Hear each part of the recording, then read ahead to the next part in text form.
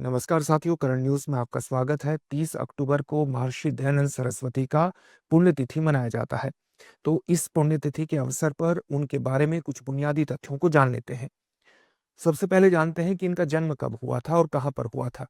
1824 में टंकारा कहां पर पड़ता है? गुजरात में। वहां पर इनका जन्म हुआ था। और 1824 में किस तिथि को हुआ था? 12 फरवरी 1824 को जन्म हुआ था। इनकी मृत्यु कब हुई थी? मृत्यु इनकी हुई थी 30 अक्टूबर 1883 को। और मृत्यु कहां पर हुई थी? अजमेर में हुई थी। तो इस प्रकार से आप देख सकते हैं कि हर वर्ष 12 फरवरी को इनकी जन्म तिथि मनाई जाती है और 30 अक्टूबर को इनकी पुण्यतिथि मनाई जाती है। 1824 में जन्म हुआ था।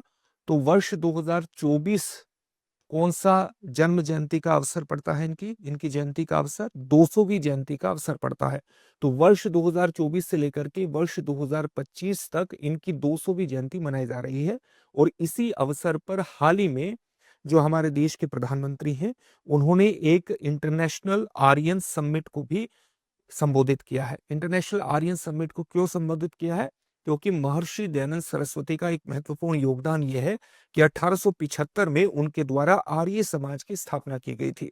आर्य समाज की कुछ महत्वपूर्ण मान्यताएं थी, जिसके आधार पर वो समाज सुधार के कार्य करता था। विशेष रूप से हिंदू धर्म सुधार के विशेष कार्य उसने इसके माध्यम से किया, जो कि स्वामी दयानंद सरस्वती के मूलभूत विचारों से प्रेरित था। स्वामी दयानंद सरस्वती के अगर मूलभूत विचारों को हम जानना चाहते हैं, तो इनके बचपन के बारे में थोड़ा सा जानना पड़ेगा। इनके बचपन में ही इनकी आध्यात्मिक ज्ञान के प्रति काफी रुचि हुआ करती थी।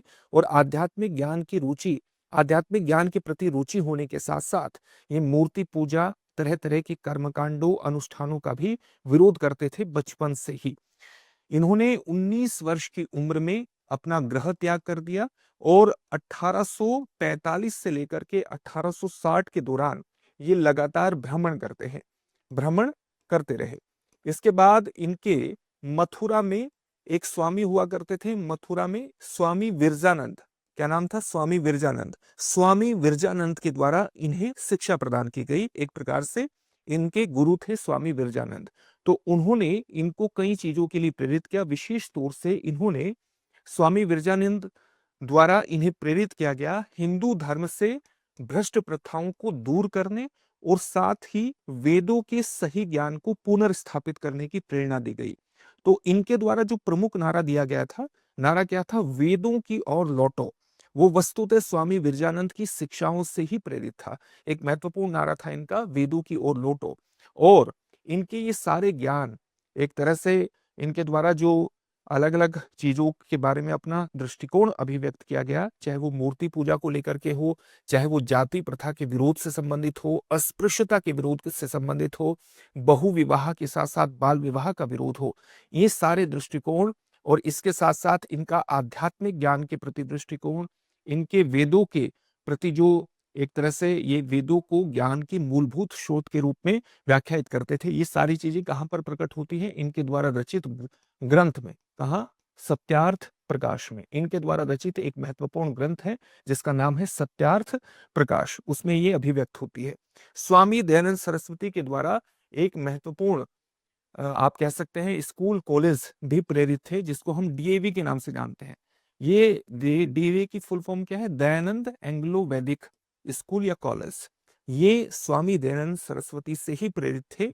और इनसे प्रेरित होकर के पहला डीएवी स्कूल कहां पर एस्टेब्लिश किया गया था?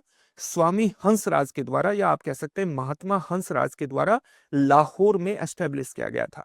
इनका जो सबसे महत्वपूर्ण योगदान माना जाता है, वो माना जाता है 1875 में स्थापित आर्य समाज। आर्य समाज के माध्यम से इन्होंने हिंदू धर्म में सुधार की एक परंपरा की शुरुआत की। और इस सुधार को आप राष्ट्रीय आंदोलन से भी जोड़ सकते हैं। राष्ट्रीय आंदोलन से आप इसे किस प्रकार से जोड़ सकते हैं? आप ये जानते हैं कि भारत में 19वीं शताब्दी में साम्राज्यवादी शासन, ब्रिटिश शासन एस्टेब्लिश हो चुका था और उसने भारत में कई प्रकार की सामाजिक सांस्कृतिक नीतियों को अपनाया था। ये सामाजिक सांस्कृतिक नीति वस्तुतः भारतीय समाज के शोषण के लिए ही एस्टेब्लिश की गई थी, लाई गई थी। इससे भारतीय समाज का जो आत्म भाव था, या आप कह सकते हैं उनका जो अहम भाव था, ईगो डिफेंस था, वो भी काफी टूटा था। अपनी परंपराओं के प्रति वो गौरव नहीं रह गया था समय के साथ, जिस प्रकार का भारत में हुआ करता था।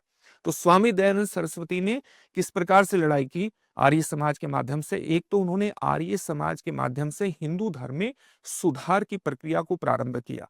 इसके अलावा उन्होंने वेदों की ओर लौटो नारे के माध्यम से भारतीय परंपराओं के प्रति अपने गौरव भाव को पुनः जगाने के लिए भी भारतीय समाज को प्रेरित किया, ताकि भारतीय परंपराओं के प्रति भारत के लोगों में एक गौरव भाव पनपे और वो ब्रिटिश साम्राज्यवाद का पूरी शक्ति के साथ सामना कर सके। तो इस प्रकार आर्य समाज के माध्यम से आप कह सकते हैं कि धार्मिक सुधार की प्रक्रिया के साथ साथ भारतीय समाज में गौरव की भावना को डेवलप करके ब्रिटिश साम्राज्यवाद का मुकाबला करने की पृष्ठभूमि का निर्माण भी स्वामी दयानंद सरस्वती के द्वारा किया गया, जो इनका एक महत्वपूर्ण योगदान है।